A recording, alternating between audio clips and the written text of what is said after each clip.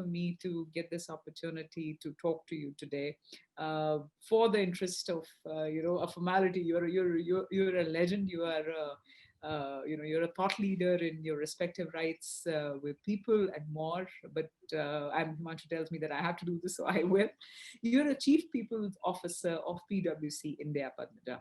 You, with over 25 years of consulting experience across business, human capital advisory, and diverse industry.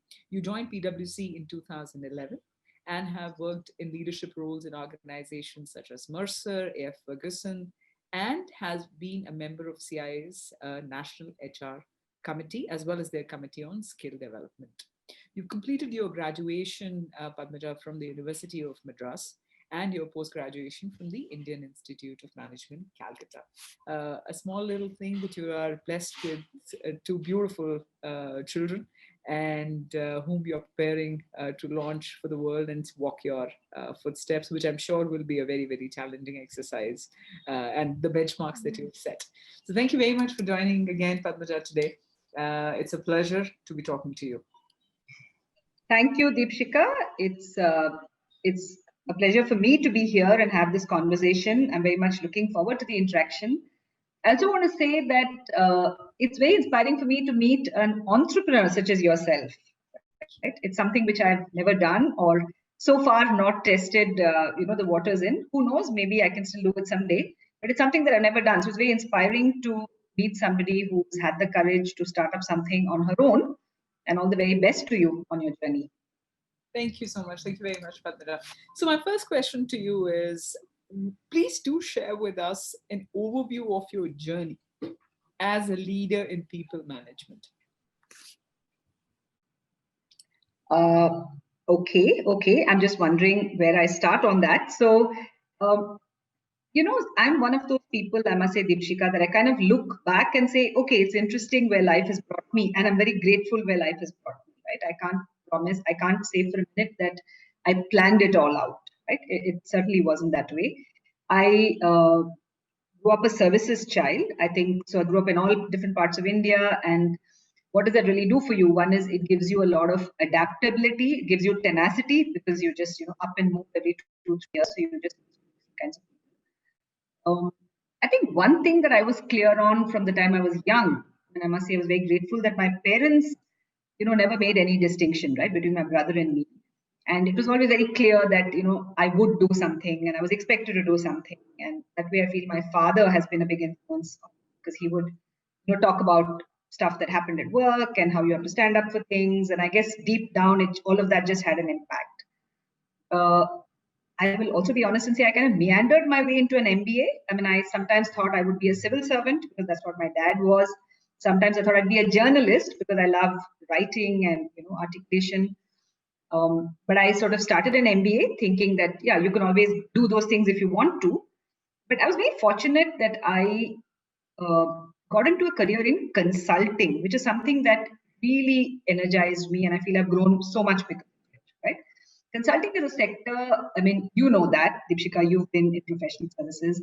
I think it just gives you so much exposure to many different industries so that you just stay current, you just stay relevant. It just helps you make so many broader connections when you see patterns of similarity. So I spent about 15, 18 years in consulting, which was more in the business consulting area with AF Ferguson, PwC in strategy consulting. Was back in 2000. And then I think I was at a bit of a crossroads and had an opportunity to move into slightly more specialized, in the whole people and organization consulting, right? And I think at that time, economy, I'm talking of late 2000s, talent was really becoming a big priority, right? Because we were looking at high growth. Growth was led by people-led sectors, right? Whether it was financial services, whether it was technology, huge. People were going from 10,000 to 100,000 in a few years. So talent was a big focus. And I guess I was fortunate that I had the balance of business approach into people and organization consulting. So I kind of brought a little bit of best of both, I would like to believe. And that's how my whole journey in people and organization consulting came in. And it's been a very interesting journey because for me, it's really about, left brain, right brain coming together, right? That's what I see in so much of people organization work, whether it's as chief people officer in my own firm or whether it is consulting with clients. You have to bring the best of both sides, right? It's like the yin and the yang. So you have to look at very clinical aspects, whether it's workforce strategy, productivity, organization structure, the comp piece. But you also have so much of the right brain aspects, whether it's on culture, how do you build leaders, right? How do you drive motivation, engagement? And it's when both coming together is really where you have the most effective approach. So I guess that's been my journey. And when I look back, I just feel very grateful. I can't say I planned it. Fantastic. I think it all adds up when we look back, right? But I'm sure as you traverse from one phase to the other, it's very challenging and filled with hard work. So another question that takes me to is, and before I move into some of the other aspects of what you've been doing at within the realms. But my question is in particular, I think what also alluding to what we were talking about yesterday is how do you see, or how have you seen the movement in terms of, you talked about motivation and you also talked about, talent becoming more and more critical. How do you see that changing now in the changing times? And also, there is this weird condition, right? I mean, you have huge, massive unemployment that we're all looking at.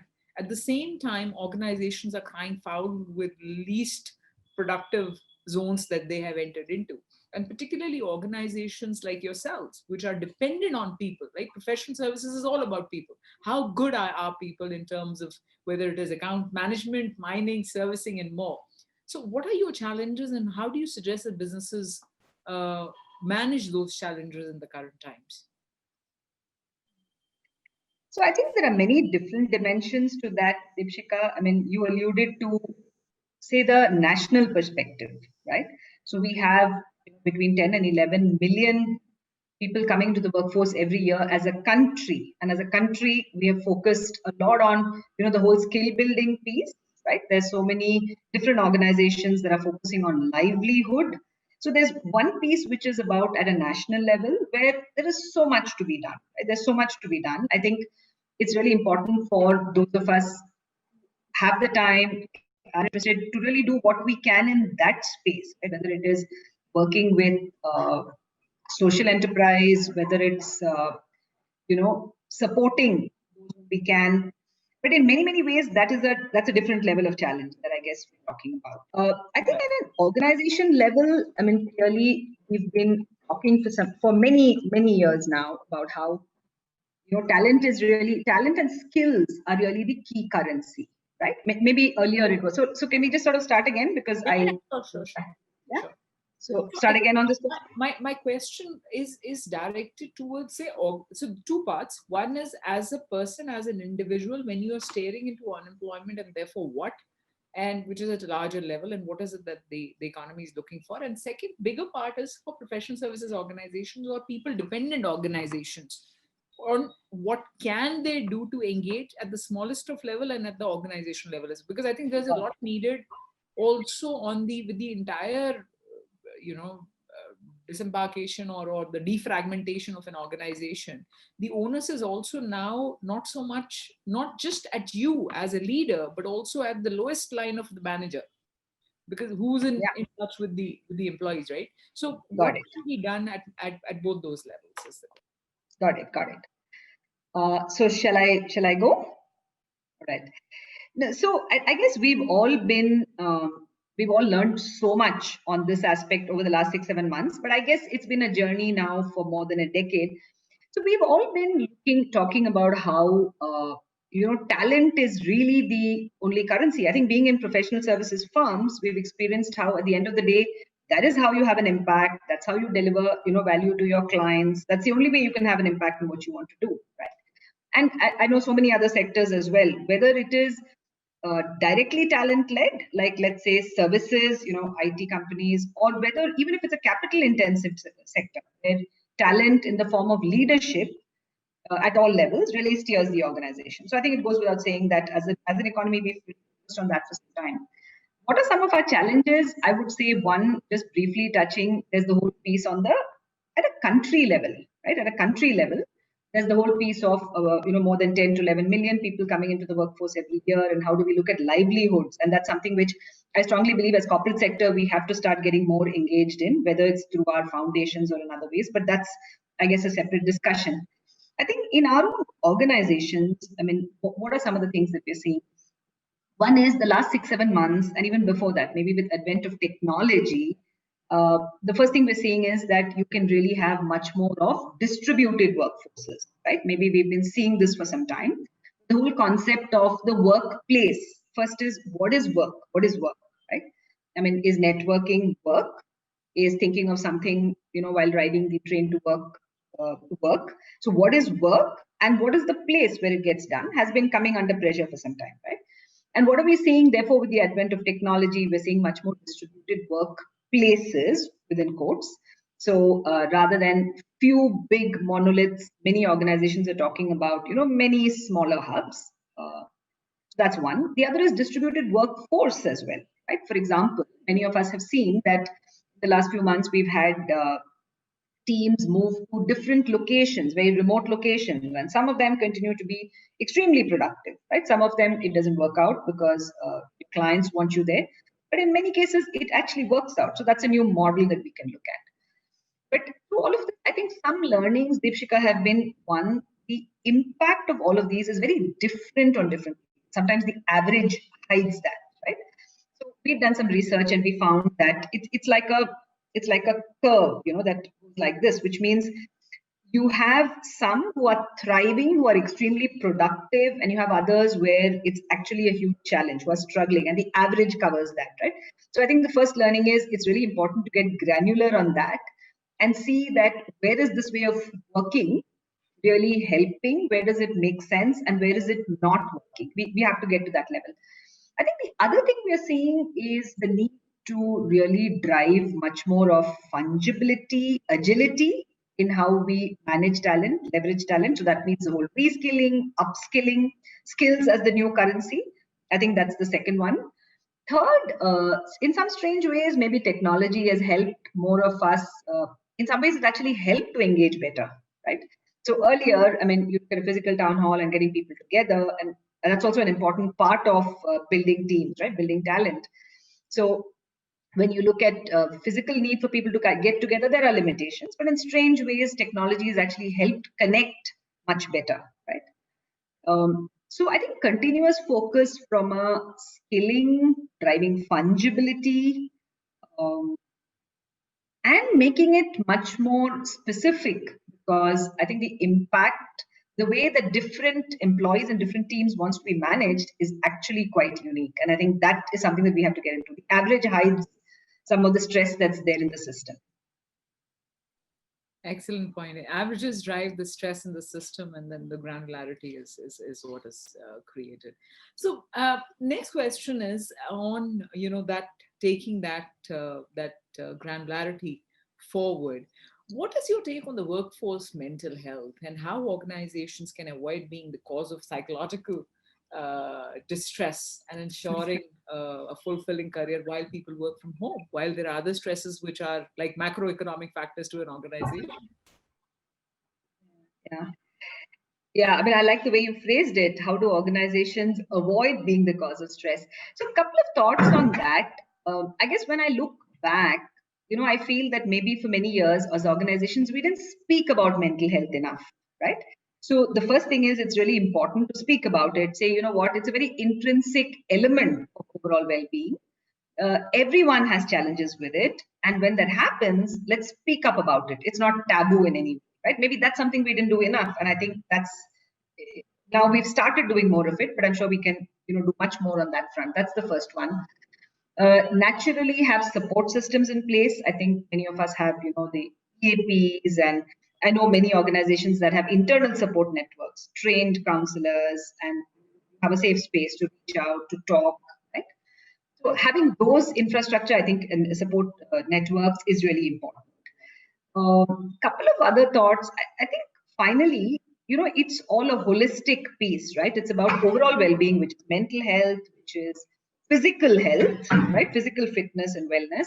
It's about emotional health, strong, solid relationships, financial health.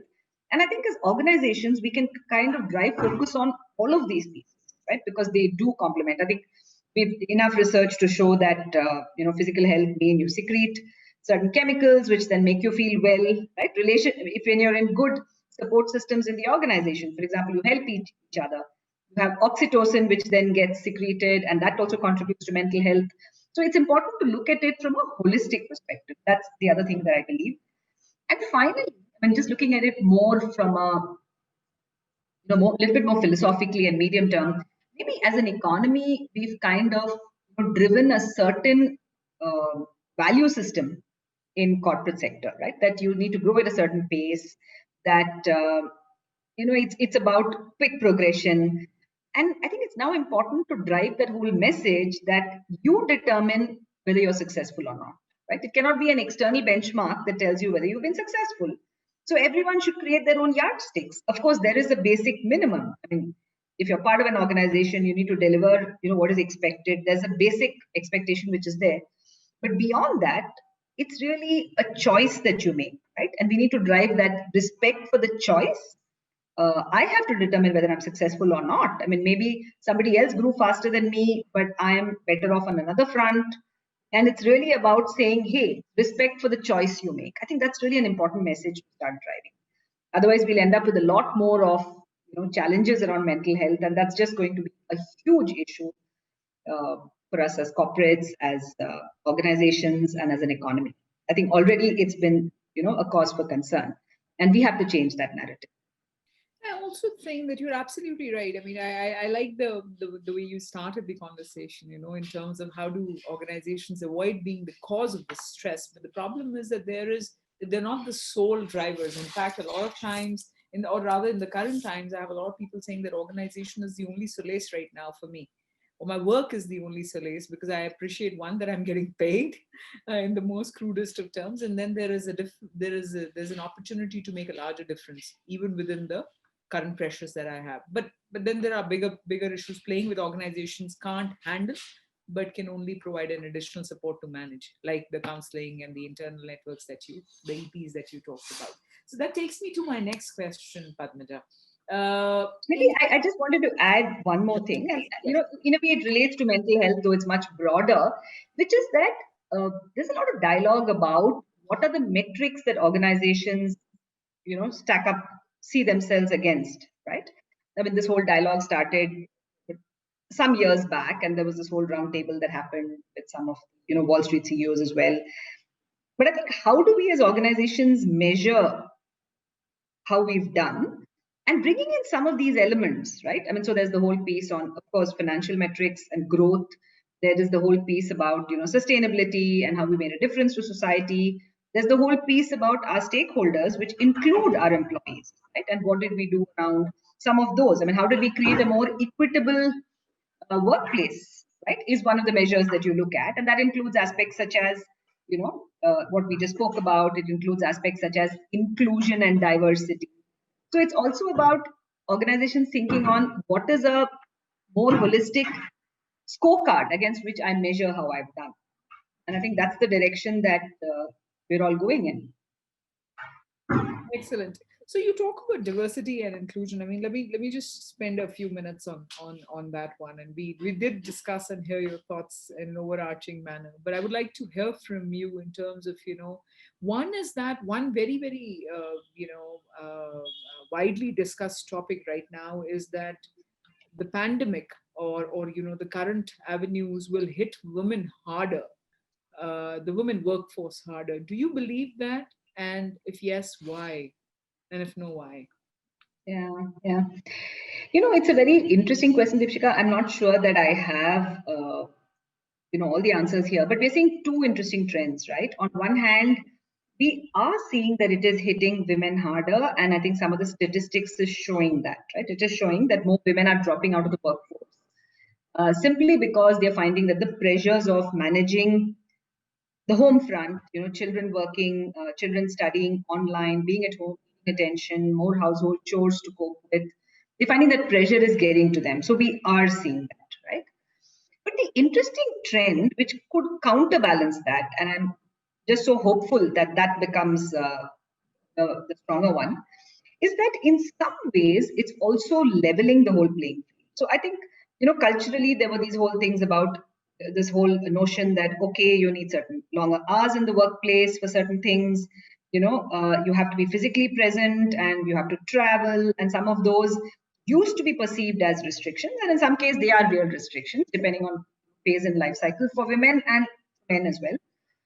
But in some ways now this is becoming a leveling field, right? Where you have more ability to deliver. You take away this whole piece on, okay, can't travel, commute to work, and you just look at the core of the work that gets done. And what a beautiful opportunity to just focus on that. So I'm really hopeful and hoping that that helps us see greater, participation of women in the workforce. Having said that, I think the other trend is also distressing. It's something that we are trying to monitor very, very carefully and say that, hey, how do we try and make this easier for everyone, right? Because I'm also a firm believer that I think we have to understand issues to drive diversity and inclusion. But then when you create policies, you can't use them to reinforce stereotypes. Rather, you need something which can be availed of by everyone. But we're trying to see how do we address this, and I'm hopeful that we'll have a more level playing field in this time. Let's see what happens. So at this point, Padmaja, I would love to hear from you. I mean, as women, I think when we talk of equality, or when we talk of an equal footing to be played on, I think the onus lies on both sides. It's both on the man as well as on the woman. You've had a phenomenal journey. You've had two beautiful children along the way. You've made it to a partner at a Big Four. And I, coming from a Big Four, know for sure it's a very, very tough ask, and especially in the times that when you have achieved that feat. Take us through your journey of being a wife, being a daughter, being a mother, and being the leader that you are today. Actually, that is really yeah, it's been quite an interesting journey. As I said earlier, Deepshika, I think when I look back, I just feel so much gratitude, and I honestly mean this, right? I think I had a lot of support along the way, and I must say that I realize in some ways that maybe I'm privileged and not everybody has that kind of support. But what do I mean by that? I think, as I said, parents always encouraged and said that, look, you need to be doing something. That was kind of always very clear. It's my option. I have a lot of support from my family, right? My husband is incredibly supportive. He was also in consulting, so he kind of understands, how this lifestyle is. And when I look back, I guess we've kind of managed our careers in such a way that maybe without doing it in a very thoughtful way, we kind of ramped up and down so that someone was always there for the kids, right? I mean, till they turned, I don't know, till they left home, basically, we made sure that somebody was always there. So one travels, we kind of sync up schedules so that the other person is there. So that's something that we've always done. I must say that there were so many times when it was really, really tough. And my first reaction used to be, oh my gosh, my children are suffering and I can't do this. I'm going to drop out. So my daughter, when she was young in school, when she was just started schooling, I remember her teacher saying, I think she mentioned that when she comes home, you're not there. And, she misses you, and she cried in school. And I was just, oh my God, I'm being this terrible mother. Let me just take off for some time. And I guess, I mean, my husband always had perspective to share, to say that, you know what, she'll also have her good days and bad days, and don't let this get to you. Even people at work were very supportive. As I said, I'm very fortunate to be, I really believe consulting is a very meritocratic industry. People focus on what you do, right? If you make sense to your clients and your clients think you're doing something which is good, that's what matters. I honestly believe this, and that's been my experience. It's less about background and gender and things like that. You really have a chance to add value, and you're recognized for that. So I've had a lot of, moments when I look back, and I can so empathize with so many colleagues today. By empathize, I mean I can relate to every one of that, right? You have a sick child at home, you have a presentation, how do you juggle? But my learning has been one that can, right? We can do it. I mean, we've been there. I'm sure. So there are so many women, leaders who've done so much more than me, right? And so many who will do so much more than me, and they do it juggling a lot of this, right? They do juggling a lot of this. Second is things will go wrong, right? With the benefit of hindsight, I look back and say, you know what? It doesn't really matter. I've now learned not to beat myself up for every little thing that goes wrong. But along the way, yes, I mean, one birthday cake didn't turn out perfect. I really would angst about it for days and nights. Even from, I think from the children's perspective, of course, my daughters may have a different point of view completely, but I think along the way, of course, they lose out on some ways because their mother isn't home all the time, but they gain in so many other ways, right? They gain in so many other ways. And I would like to believe that whether it's a daughter or a son, that having a mother who makes her own career, who has her own interests, should be a strong stepping stone for them. You know, whether it's a girl or a boy child, I would think it's important for us as a society to do that, right? And maybe if I look back, I've said this many times. I feel very grateful that I'm a woman. I feel I had so much more of a rich life. I honestly believe that, right? I like doing girly things, and whether it is shopping for saris or just doing all the mommy things. I'm so glad that I took time off when my daughter was young. I did all the mommy things, the cookies, and picnics and everything else. And I've managed to do work that I really like and love, and that energizes me. So I feel very grateful, and I'm very grateful that I'm a woman. No disrespect to men. So I would also, I'll add that piece to it. But you talked yesterday, very beautifully articulated on the entire piece on hanging in there. Hang in there. Yes, I would yes. like you to talk about that. We'll just take a pause and then talk about it, because we'll cut that piece.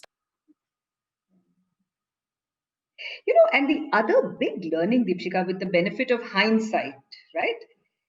You need to hang in there. You need to be there. I mean, if what you do inspires you and you like doing it, and that's what you want to do, you just have to hang in there, right? There will be years which don't go well. There will be years that are slow. There will be years that speed. But at the end of the day, what are you talking about? You're talking of a career of 30, 40 years, right? And how do 3 years matter? When you're in that stage of life, sometimes it seems like, oh my God, how will I get through these 2 years or these 3 years? It's so difficult. But if you hang in there, take a break if you need to, but hang in there in terms of the journey. And I think that is the biggest factor, because experience teaches you. You get thrown in situations, you struggle in some, you fail, you cope, and you come out stronger. And that's really the only way to make the journey happen. And that's the way to make the journey rich and learn. Did I capture what you wanted me to? Yeah, absolutely, absolutely. Because I think that's a very, very strong point, Padmaja. Because a lot of times people give up too soon, and which kind of Yeah, but I also want to say, finally, I think you have to respect everyone's choices, right? So when I look at my friends, some of us stayed in the workplace, some didn't. So it's not for a minute to say that, you're happier if you stay in the workplace. And I know so many friends who are very happy with the choices they made. I think it's important to make your choice. But if what you want to do, if you like your career, you enjoy the work you're doing, and that's what you want to do, I think it's important to hang in there. There will be bad days. In the scheme of things, with the benefit of my gray hairs and looking back, it passes. It passes. Beautiful. Beautifully put, Padmaja. And now that takes me to the very last section of our conversation, which is about the learning and skilling part that you talked about. That becomes a very, very critical part of not just today for the learning part, but also to ensure that when employees are not really engaged or networking face to face, how do you keep them further engaged and connected to the organization, which is where learning is today playing a big role for organizations. So what do you think, Padmaja? Why is organization learning important, and particularly in the current times? Or is it, or are there other ways of keeping employees engaged? I think learning is so critical, has always been, and even more so in the current times. Why is that? Because we all need to learn new ways of engaging in these times, right? For example, in client services, you need to learn new ways to engage with your clients and be relevant to them, right? What are the issues that they're facing depending on their industry? How do you stay relevant when you can't see them face to face? And how do you really add value? If you're a people manager, how do you stay relevant to how do you make sure that your teams are engaged and they feel they belong and you're able to, handhold them, address issues that they're facing? So learning how to manage in these times, even at that very base level, is absolutely critical. I think we're all seeing that there are newer skills that are required, right? For example, there could be skills around certain kinds of work which are really going up. I think if I look around at the industry, technology is something that as a sector has been booming, which means we need to look at how do we drive more skilling to have agility. You have people get more skilled there. So that's, I think, the second part of it. I think the third part is just on learning. What have been some of the learning in these times, right? One is just the whole learning agility. So I guess for some time we've been talking about this whole VUCA world, but that whole comfort with ambiguity, ability to pivot. I mean, I don't think we've ever been tested. At least I don't remember being tested this much, right? What does that mean? You have to have plans, you have to stay the course, but also being able to say, you know what, it's not working, let's pivot. And not saying, but that's how we plan to do it. Just that whole agility to do that has become so much important. And that's a big element of learning, right? I've also discovered that, the concept of technical breadth. You need to be good at what you do, you need technical depth, but the appreciation of other pieces has become so much more important in these last few months, uh, because I think those who are wedded to that specialism and this is how we do things just doesn't work, right? You have to have an appreciation of how what you do connects with other pieces. So this whole thing of the technical breadth, I think, is another very important one. Can you learn courage? I guess not. I think the only way that you learn it is, well, you do learn it. These are the things, leadership, courage, are things that can't be taught, but they can be learned. And that comes from putting yourself in the deep end, from taking, you need that courage to say, I don't have all the information, but we need to act. We can't wait. So you do what you can by way of due diligence, but then it's about courage to go out and do things. Acknowledge mistakes, quickly pivot. So I think there's been a lot of learning that's important to drive at that end as well, right? Where all levels of the organization, particularly leaders, have to become very important role models on these things, because that's how everyone sees that it's important. You can learn at any level. It's a lifelong requirement, and you have to keep yourself relevant. You have to challenge your own assumptions, and you need the courage to admit. So, and another question, I think that's an overarching, of course, the way the organization learning and the orientation should change, but particularly at the senior level. I mean, and with your organization, PwC, particularly, if I talk about, or such professional services organizations, it's heavily driven by a multitude of leaderships, right? And as it's very popularly said that partners run their own bastions. So it's an organizational culture, but there the culture is defined by the leader that's running that particular organization, and in some ways you are different leaderships which are manifesting in the company. So what is it that an organization should do or could do to develop its leadership at your level, at your organization or such similar organizations? What are the skills that you are working on and you wish you could build further and further on for the leadership in particular? It could be topical, it could be technical, it could be structural. So you clearly know professional services environments well. And I think it's important to keep that balance between saying, here are some things which the organization's promise to the employee is, right? I mean, you come on board, whether it's about workplace behaviors, the kind of workplace we offer you, whether it's about basic benefits, whether it's about learning, there are some things that you say have to be organization wide, and there is a role to play in every business, because after all, every business is unique, right? There are nuances, and that has to be respected and that has to be in place. But building leaders for the future is a big focus that has to be done at the organizational level, right? It means it needs to naturally individual partners and all leaders play a role, but it's something which the organization has to look at simply because it's about sustainability, right? Succession planning is a board topic in most companies. So building leaders for the future is something that has to be driven organizationally. We've been focusing on it for some time. I mean, we have programs which is really about, looking at what kind of leaders do you need for the future, what kind of partners. We have something called towards leadership, we usually start it, and we used to start it 2-3 years before the partner journey, but we've been deepening it. So now we take it one level below. Maybe we start 4-5 years before the partner journey. And it's really a structured approach to try and focus on building leaders for our future as well as equipping them, right? Because a lot of times, I mean, you go into a role and then you say, I wish I could have been better prepared. What are the things we'd want to look at? I think it's really around so many different dimensions. At the center is whole leadership, right? Whole leadership. And how do you become a whole leader? And that means, am I self-aware? That's the first step of leadership. Unless you have leadership over yourself, you really can't do much with the environment. So it's about self-awareness. It's about elements of inspiring, motivating. So that's really, it's about the ability to drive change, right? So that is at the core of it. There are pieces around business acumen. So very important is the whole piece on commerciality, right?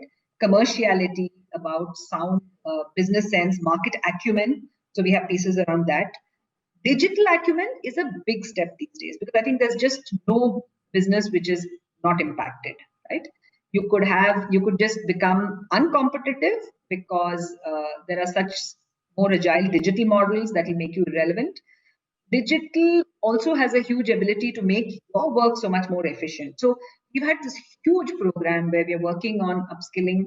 I mean, we're working on upskilling 14,000 staff just on this whole digital acumen. We're covering everybody in terms of skills around analytics, in terms of business intelligence, basic robotic process automation. So that's a big program that we do. So digital is another big part of it. Building inclusive leaders. And so we want leaders who are global and who are inclusive. That's how you really drive workplace culture. Building relationships within the organization, externally. And of course, at the core of all of this is you have to be good at what you do, right? So technical depth, knowing your subject is kind of at the foundation of everything that you do, right? You have to bring that credibility to the conversation that you have because that's what your clients are looking for. But on the base of that, we are looking at leaders who are whole leaders, who bring market making skills and commerciality to the table, who are strong in terms of relationships, have the ability to build relationships, and are inclusive leaders, right, with a strong global acumen. Now, is everyone going to be strong on all of these? No. And that's where the complement of leaders becomes important, right? It's very important for each person to be aware. When I say leaders, I'm not referring to a level. I think there are all levels, right? It's more a leadership as an ability to drive useful change. So it's important to bring in the complement where I'm able to say, you know what, I'm not good at these things. And I need to have a complement of leaders where someone else brings in that skill set. I need to have the humility to listen to them, bring that in. Something that we've done interesting research on, Deepshika, just briefly talk about it, is this paradoxes of leadership. I think to be a leader today, you have to balance paradoxes, right? So, for example, we talk about a leader needing to be a humble hero. So you need to be a hero because you have to have courage and you have to be able to carry people along. People need to be able to say, you know what, I feel safe because my leader will take care of things. But you also need the humility to ask for help, to acknowledge that I don't know this stuff, right? To admit that you made a mistake. So humble hero is one of the paradoxes that we try and get our future leaders to navigate.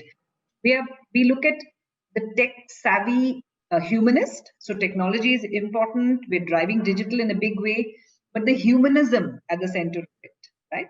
So you have to balance that. The politician with integrity.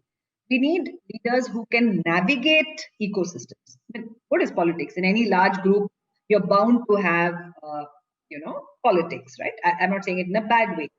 You need high integrity, but you need to not become a victim of the politics, right? With high integrity politician, which is another paradox.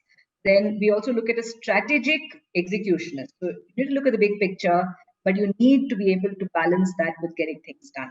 So we realize that being a leader today involves managing these paradoxes, and we talk about it, and that's another very critical element that we look at.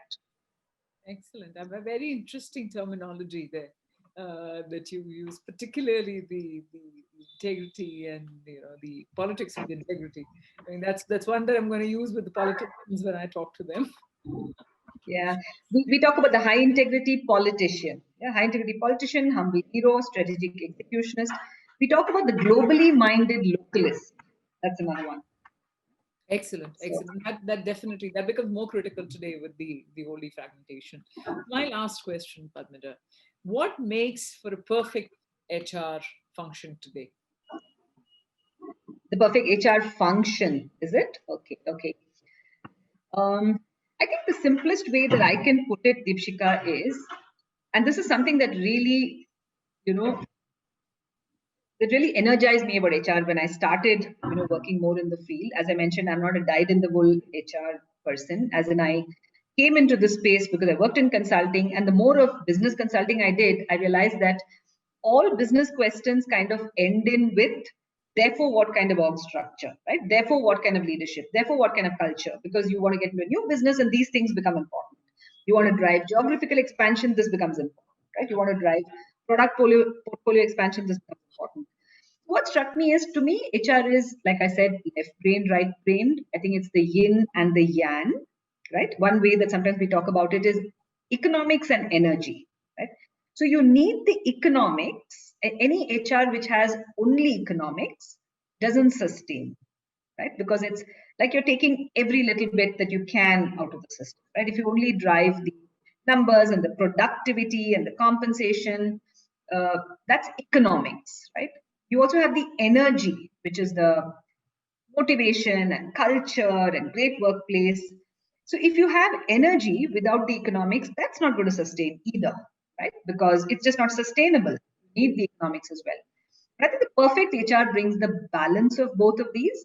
The proposition really is that, you know what, there is an accountability that everyone in an organization has.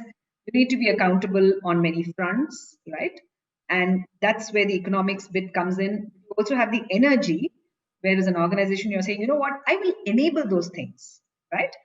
I will create a great workplace for you. I will drive, help you in terms of learning, upskilling, and we also expect that you have a responsibility on these fronts in terms of delivering, in terms of learning. Of course, there's choice.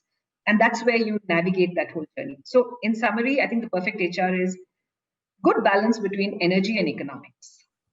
I think I've spoken with a lot of HR heads in the past three odd months, and what we've definitely realized is that we talked about boards and some of the other things, is that now uh, I hope, and I honestly hope that all health restores soon, but this pandemic has opened the door to the CEO's position for the HR heads, which was earlier reserved for the CFOs, because economics would drive the left would drive the right, or the other way.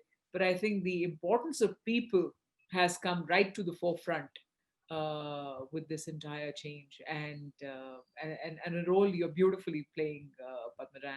My compliments to you, and thank you very much for being with me today and for having this Thank you, conversation. Deepshika. I very much enjoyed the conversation. Thank you for having me here.